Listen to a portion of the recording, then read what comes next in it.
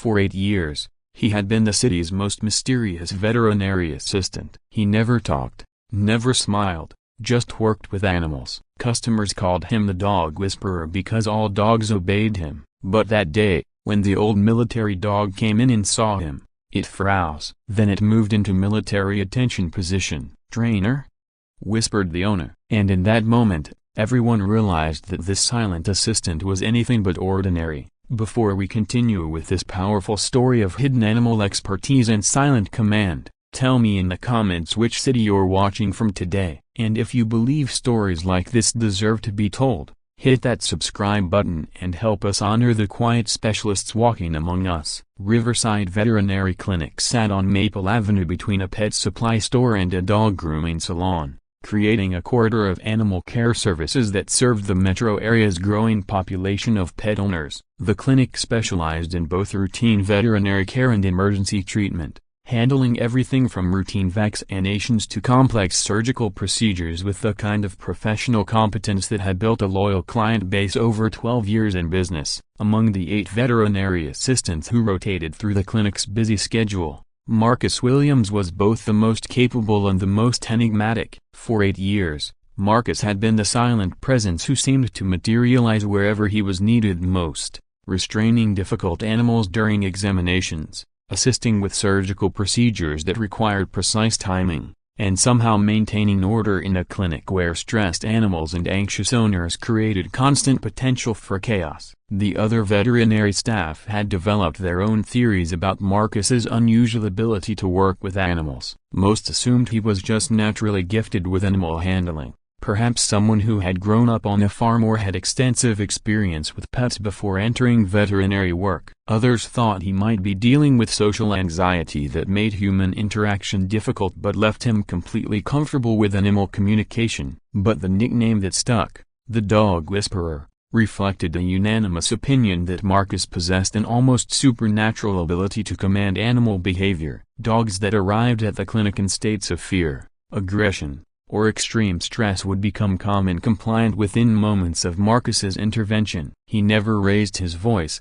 never used force, and never seemed to struggle with animals that gave other staff members significant problems. The effect wasn't limited to dogs. Cats, birds, and even exotic animals seemed to respond to Marcus with a kind of immediate obedience that suggested recognition of natural authority rather than simple training techniques. During emergency situations involving frightened or injured animals, Marcus could establish control and cooperation faster than veterinarians with decades of experience. But there were aspects of Marcus's animal handling techniques that suggested training far beyond civilian veterinary work. If anyone had been paying close enough attention to notice them, his approach to animal behavior modification followed patterns that seemed more systematic than typical veterinary assistant training. When dealing with aggressive or uncooperative animals, Marcus didn't just calm them.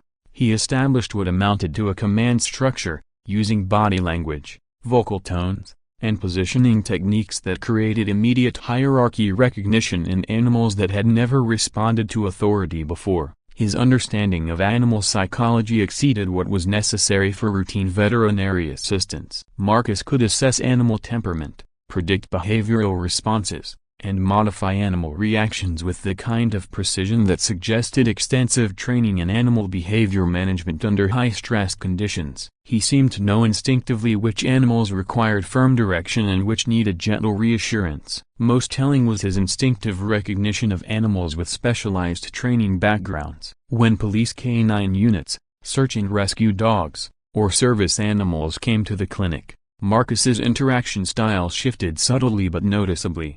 Not to the casual approach he used with pet animals, but to the professional acknowledgement of working animals with specific training protocols and command structures. What none of them knew was that Marcus Williams had spent 12 years as a military working dog handler with the U.S. Army's 89th Military Police Brigade. He had trained, deployed with, and commanded German Shepherds, Belgian Malinois, and specialized detection dogs in Iraq and Afghanistan, where the bond between handler and animal meant the difference between mission success and catastrophic failure. Marcus's expertise wasn't theoretical, It was practical knowledge developed through years of training animals for combat operations where explosive detection, patrol work, and force protection required levels of discipline and reliability that civilian pet training could never approach. His understanding of animal behavior had been forged in environments where a dog's ability to follow commands under enemy fire could save entire units from ambush or improvised explosive devices. Marcus's transition from military dog handler to civilian veterinary assistant hadn't been planned. After his discharge,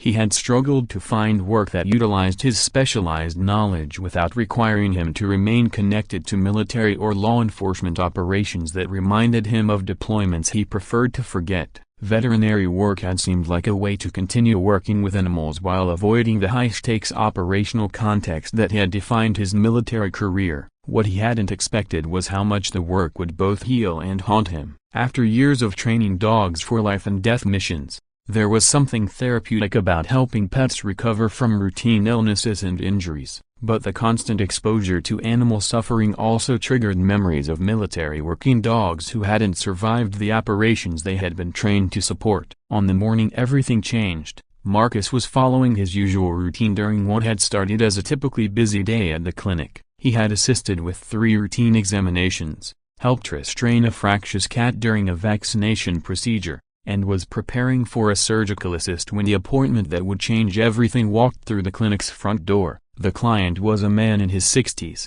wearing civilian clothes but carrying himself with unmistakable military bearing. More significantly, he was accompanied by a German Shepherd that Marcus recognized immediately, not the specific animal, but the type, training level, and behavioral characteristics that marked it as a former military working dog. The dog was Titan, according to the appointment schedule, and he was being brought in for a routine senior wellness examination.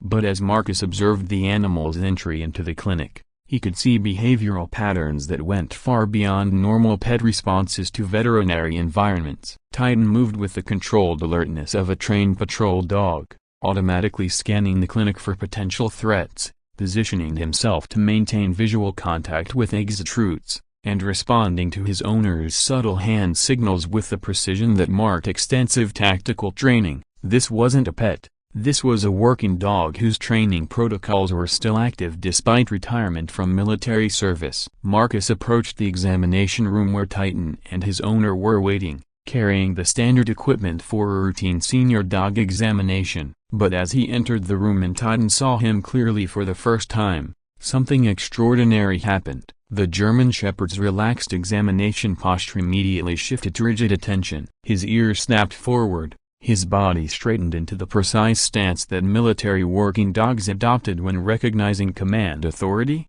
and his eyes locked onto Marcus with the kind of focused intensity that marked recognition rather than curiosity. For several heartbeats, neither Marcus nor the dog moved. Then, slowly and deliberately, Titan shifted into the formal sitting position that military working dogs used to signal readiness for command, a posture that civilian pets never adopted because it wasn't part of normal obedience training. The dog's owner watched this interaction with growing amazement. "I've never seen him do that with anyone except his former handlers," he said quietly. Titan retired from military service 3 years ago, but he's never responded to civilian authority with that kind of recognition. Marcus felt the familiar weight of command responsibility that he hadn't experienced since leaving the military. Titan was waiting for direction, expecting the kind of professional interaction that only occurred between trained military working dogs and qualified handlers. What was his specialty? Marcus asked,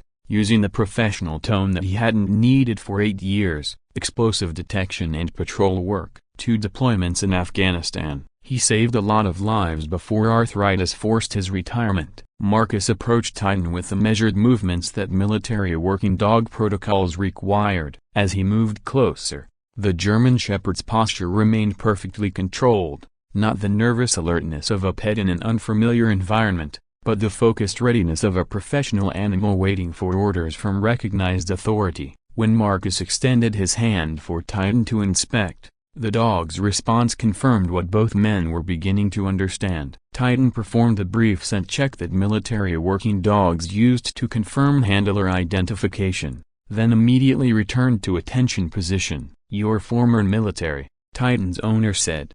It wasn't a question. Marcus met his gaze directly. 12 years.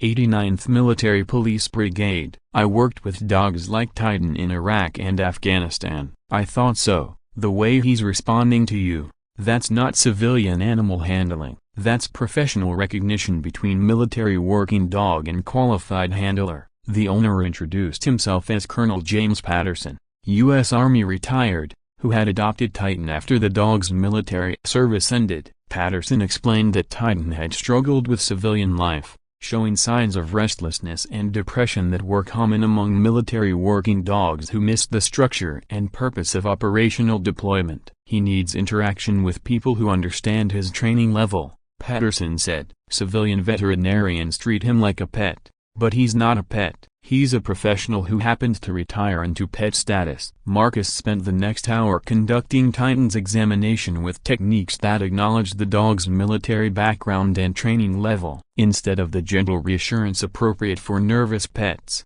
Marcus used the firm, confident commands that military working dogs expected from qualified handlers. The transformation in Titan's behavior was remarkable. The restless energy and underlying tension that Patterson had described as chronic problems disappeared as soon as Titan was interacting with someone who recognized his professional capabilities and communicated in the command structure he understood. This is the calmest he's been since retirement, Patterson observed as the examination concluded. You clearly know how to work with military animals. After Patterson and Titan left, Marcus found himself processing emotions that he had successfully suppressed for 8 years. The interaction had reminded him how much he missed working with professionally trained animals, not just providing medical care, but engaging with animals whose capabilities and intelligence had been developed to levels that civilian pets never achieved. That evening, Marcus made a decision that felt both inevitable and terrifying. He contacted a veterans organization that specialized in helping retired military working dogs and their handlers maintain connections that honored their service together. The conversation led to volunteer opportunities working with retired military animals who were struggling with civilian adjustment, providing specialized care that recognized their training backgrounds and operational history. The work would allow Marcus to use his military dog handling expertise without returning to active operational deployment. Within 3 months, Marcus had developed a specialized practice within Riverside Veterinary Clinic, focusing on the care of retired military, police, and service animals whose training backgrounds required handler expertise that most civilian veterinarians didn't possess. The work wasn't the same as training military working dogs for combat operations, but it allowed Marcus to honor both his veterinary skills and his military dog handling background while helping animals whose service records deserved recognition rather than dismissal. His colleagues at the clinic never learned the full details of Marcus's military background, but word spread through the veteran community that Riverside Veterinary had a staff member who understood the unique needs of animals with professional training backgrounds. Marcus never advertised his military working dog experience or sought recognition for his specialized knowledge, but he no longer felt the need to hide completely from the skills that had once kept soldiers alive in combat zones where trained dogs served as partners rather than pets. So I ask you, have you ever encountered someone whose expertise with animals suggested training and experience far beyond their apparent qualifications? Someone whose ability to command animal behavior hinted at backgrounds they couldn't discuss or didn't want to reveal? Share their story in the comments, because sometimes the most important skills are the ones that create bridges between worlds that most people never connect. If this story moved you, subscribe and help us honor the quiet professionals who carry specialized knowledge from military service into civilian animal care, because sometimes the most meaningful work happens when people with extraordinary training find ways to use their expertise in service of animals who deserve professional recognition for their own contributions. And next time you encounter someone whose way with animals seems almost supernatural, remember that excellence often comes from experience earned in partnerships that few people understand but many people have benefited from.